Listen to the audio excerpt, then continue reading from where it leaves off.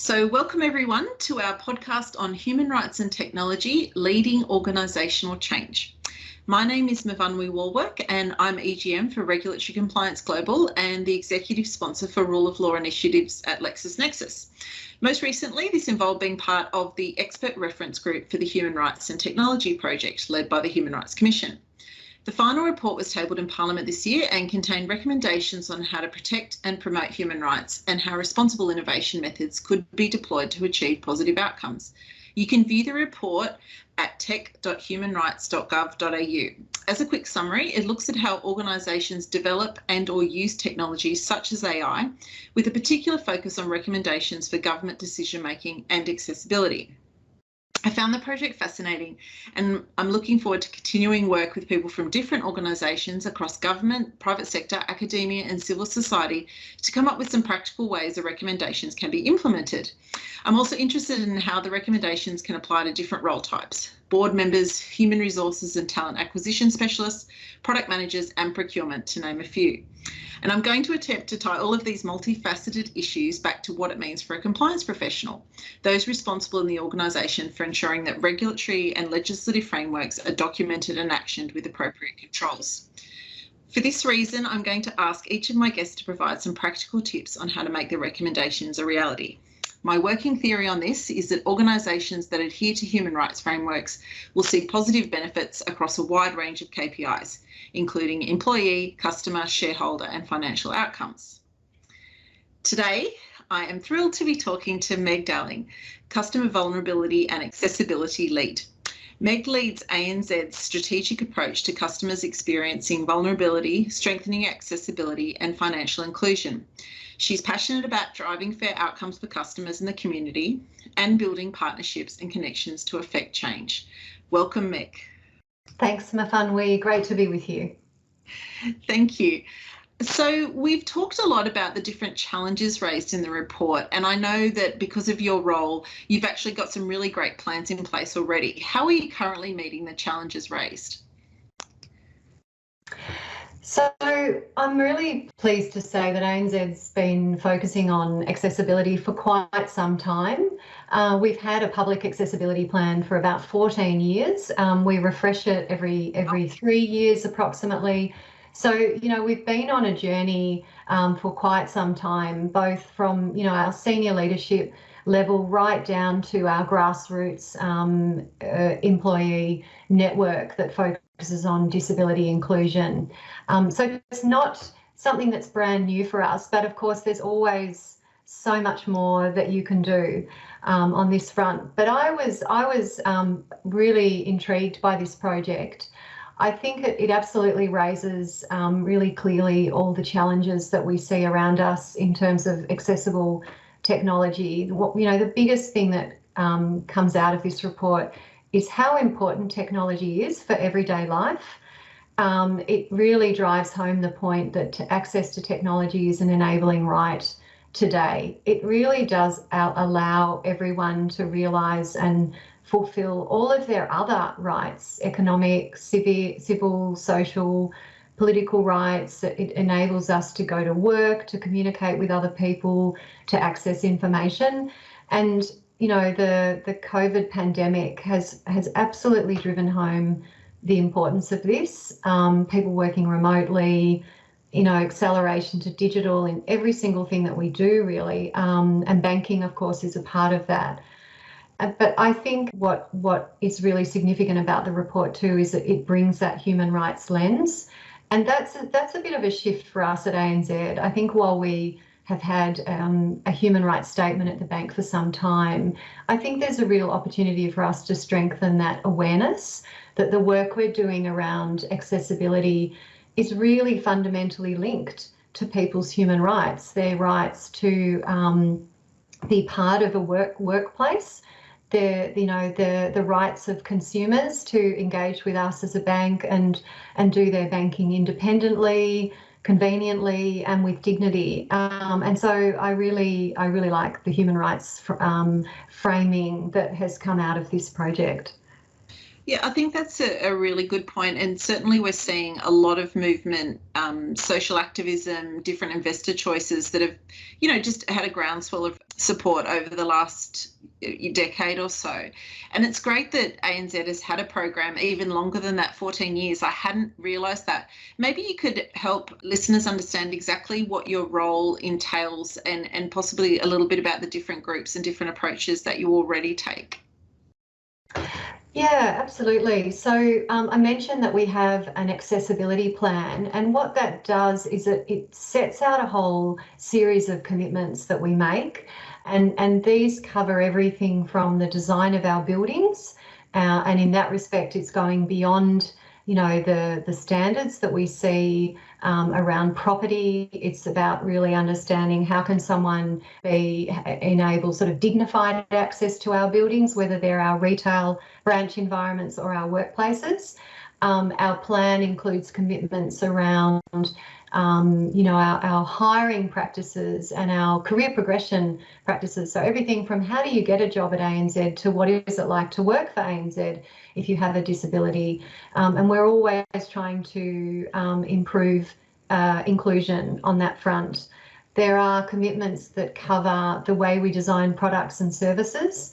And, pretty much all of those will have a technology component to them, because most things we do in life now have technology built in some way. So, some of the important shifts that have been happening, I think, in recent years is really recognising how early you have to think about accessibility in your design or product life cycle. The earlier you do it, the better, because you can otherwise end up with a long way along a design path. And in fact, we've seen examples of products that have been released into the market that are actually just not accessible to some people in the community, and that's a pretty awful outcome. And it's very hard to unravel that when there's been a lot of investment and a lot of time into those products. They can exclude people from doing just particular everyday activities. So we put a lot of effort into thinking about inclusive design in our product life cycle. I think probably the next step up for ANZ is the testing piece, because a really important component is making sure that you've got those insights, you've got people with lived experience testing, using, playing with your products and services and giving you feedback so you know that they are accessible. And it's interesting because one of the recommendations in the report that I think is very valuable is to actually develop a new digital communication standard in the same way that we have them for education, public transport and buildings. But we know that even if we do have such a standard, which I think is very important, it's never going to go all the way. You still need to do usability testing because that technical compliance bit doesn't always cover everything. And sometimes, you can sort of work through a checklist, and I'm certainly not a technical expert, and others in the bank are, but they will tell you that you can work through checklists and something may appear to comply with a standard, but in fact, when someone uses it with a particular need, it's actually not a good user experience for them. So that's sort of that other element, I think, of accessibility that at ANZ we're trying to do more around. And I'm quite excited. We are building a brand new app at the bank at the moment, and we've really taken that testing to the next level. We've had a really diverse range of people involved in the testing. People, neurodiverse people, people with cerebral palsy, hearing impairment, and going beyond. Often the focus is on vision, which is very important, but there's lots and lots of other different access needs that are really important to unpack when you do that testing. So so the commitments straddle lots of different areas, and we try to sort of integrate them all into an overarching plan. Yeah, well, I really like your approach that ANZ has made this a focus, obviously, in creating your role and your team's role, but also balancing what is clearly the right thing to do in terms of human rights, but also understanding the commercial impacts that can have, being able to service the majority, or if not the whole population. And I also like the way that you're not just thinking about your customers, who are obviously your reason for existence, but also thinking about your employee experience. Is that you've already talked about, I guess, the testing and the learning. How does that translate when you're looking at the ways that technology can actually be used to improve the rights of your employees as compared to your customers?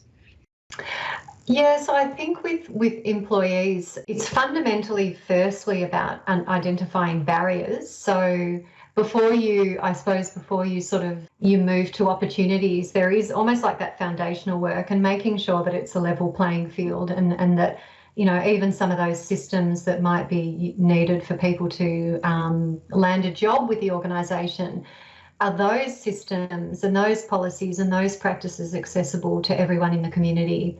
And then once you know, someone is within the organisation and they're a member of, you know, our team, where are there barriers within the organisation around even communication? Do we caption our videos? You know, do we make sure that all of the tools that people use at work, HR tools, finance tools, etc., are they all accessible? Can everyone use those in the same way? When we run training events, are they accessible? Can everyone participate in the same way? Do they feel comfortable in that environment? Are there any barriers? So it's sort of turning up every little rock, really. And alongside all of that there's a really important piece around building that psychologically safe culture, because you're never going to have all the answers, and you need to have an environment where people will always feel able to speak up, that there's a really clear signal from the organisation that we support everyone's participation. We don't want anyone to be excluded, and we really need that feedback to know when perhaps it's not always working out right for an individual. And that's not an easy thing to do. It's sort of easy to say, but can be hard to do. And I think doing regular employee surveys, and even things like we have a really amazing what we call our abilities network at ANZ, which is an employee-led network, and they are a great voice for people with disability across the organisation. They run events, and they're a really good reference point. So anyone that sort of has concerns can even be pointed into that group for some sort of confidential advice and guidance, and it all kind of contributes to building that you know, safe workplace that will enable us to get better over time. Yeah, I think, you know, and coming from a compliance point of view, safety obviously has been a primary concern for many years, but often focused around physical safety. And I think the rise of the importance of psychological safety is fantastic to see, and to hear some examples from you on how that's working at ANZ. And I think just to go back to the commercial aspects of it as well, you know, you were talking about the costs of retrofitting a product. And obviously there can be other costs as well if there's an action taken to report the organisation. So it's great to see that, you know, you've recognised that as something that has to happen at the beginning of a conversation about developing a technology, even before you start. But, you know, it's great to hear that your team's growing, but you're only 4 people. How do you get the awareness of why this is important and how it's important to the organisation out to everyone? You know, this is a massive multinational financial services firm. And how do the recommendations in the report, do you think, will help others in the organisation meet the goals and the outcomes that you've described? Yeah, it's absolutely a challenge. It's a challenge to get these messages out to a large organisation like ANZ. And I think we talk about the sort of the holy grail of embedding these things. So, you know, I think traditionally, you know, a lot of organisations start with having champions and advocates and people who are just really passionate and they care. It may be the result of personal lived experience or a family member or a friend, and that might drive them.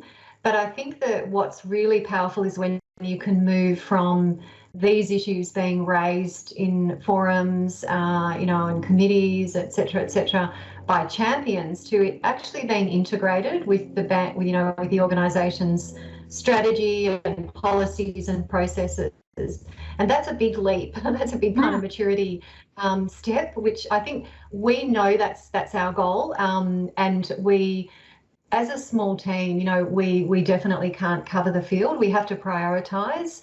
With something like technology, one of the things that we've done just in this year actually is we have created what we're calling an inclusive design assessment for our Australian business. And every product and service now that is released or changed or decommissioned, in other words, anything that comes into our customers' hands, has to go through this step. And we just, our little team, have delivered training to 100 plus product managers just in the last couple of months. And while we know we're just scratching the surface on this, we start with sort of just even talking about why inclusive design is important.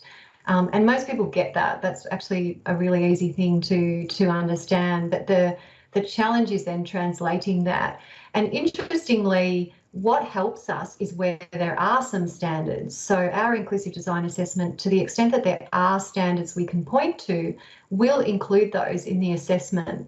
So, at the moment it points to, for example, the WCAG, the Web Content Accessibility Guidelines.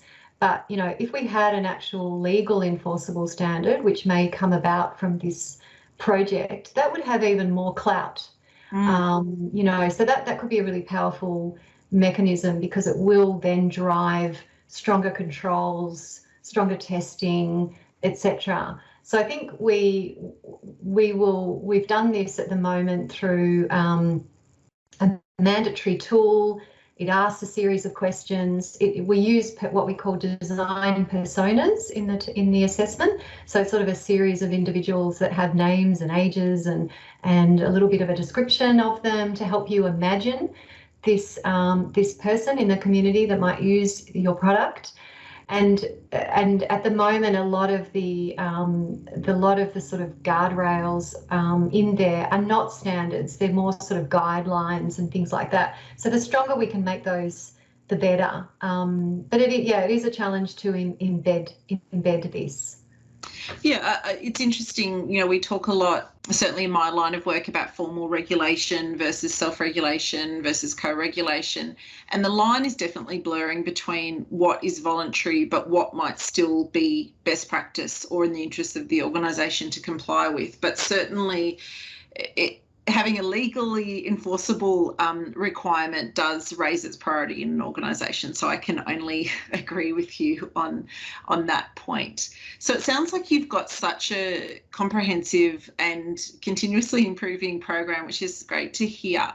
If you had to leave everyone with one tip, though, for people looking to implement the recommendations, particularly, I suppose, in Part D of the report, which is about accessibility and your area of expertise, what might it be?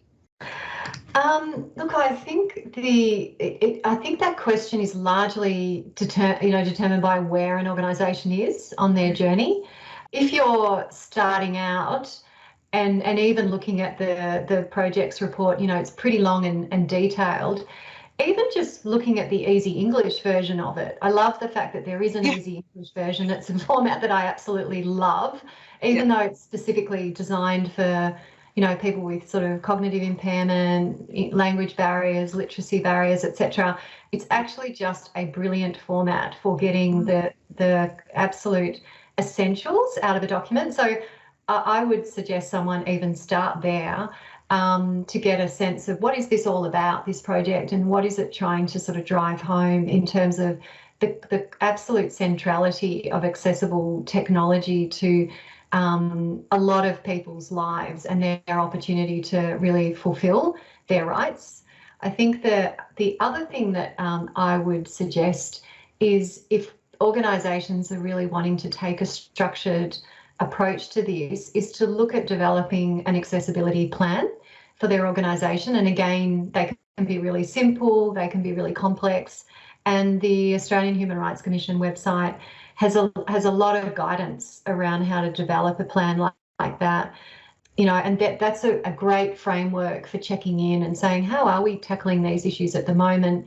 You can start pretty grassroots and bring together some of those advocates, some of those passionate people that I've no doubt are in every single organisation, and together coming up with just a really basic set of commitments if you're sort of at the starting journey, and obviously if you're further along. I think like ANZ, I think the thing that I took away from this report, which we will think about as we refresh our accessibility plan, is the whole human rights framing, because I don't think we always make that link clearly enough.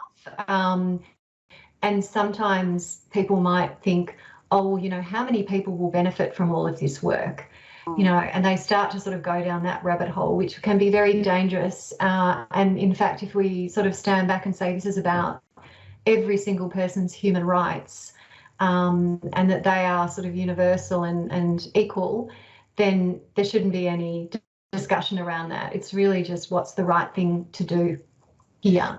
Yes. Yeah, and certainly I'm a supporter of the right thing to do. And I think that's something we're looking at in our organisation as well, is being able to link back to the international protocols that certainly the Australian government has signed up to, many of those, and how they then, the SDGs build on that, and then how local legislation and other frameworks are linked together, because certainly from a compliance point of view, that linking is very important.